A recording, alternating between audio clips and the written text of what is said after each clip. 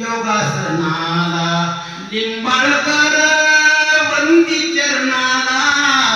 लिंबाळकर वंदी चरणाला नमन गुरुला कर नमन गुरुला कर ही राखी बांधू कुणाला भाऊ ही राखी बांधू कुणाला भाऊ ही राखी बांधू कुणाला भाऊ पंच आरती घेऊन हाती पंच आरती घेऊन हाती वाट किती पाहू ही राखी बांधू कुणाला भाऊ ही राखी बांधू कुणाला भाऊ ही राखी बांधू कुणाला भाऊ.